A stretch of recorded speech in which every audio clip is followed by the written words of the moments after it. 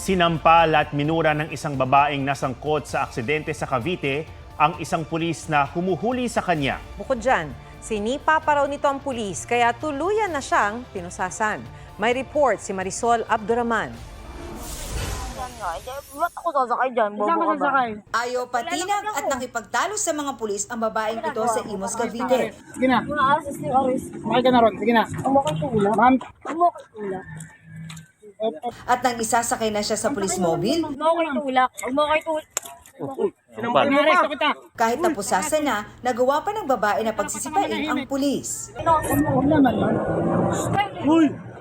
Napasugod ang mga pulis sa lugar dahil nagpasaklolo raw ang mga traffic enforcer sa isang vehicular accident. Pero sa halip na makipagtulungan, naging matapang pa raw at palaban ang babae. Nakainom yung driver. O ang ginawa nating pulis, gusto man nilang mahinahon na gawin yung kanilang trabaho, pero itong driver talaga, ma'am, ay masyadong unruly na hindi na nasunod.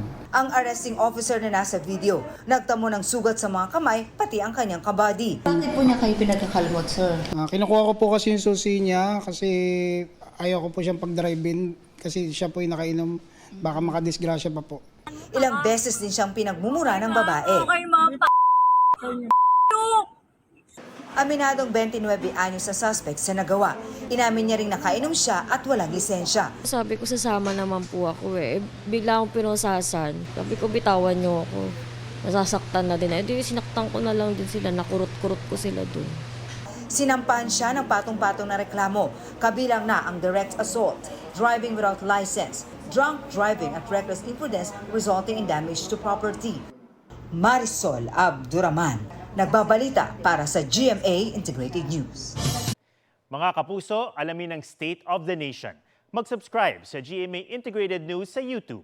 Sa ating mga kapuso abroad, samahan nyo kami sa GMA Pinoy TV at sa www.gmanews.tv.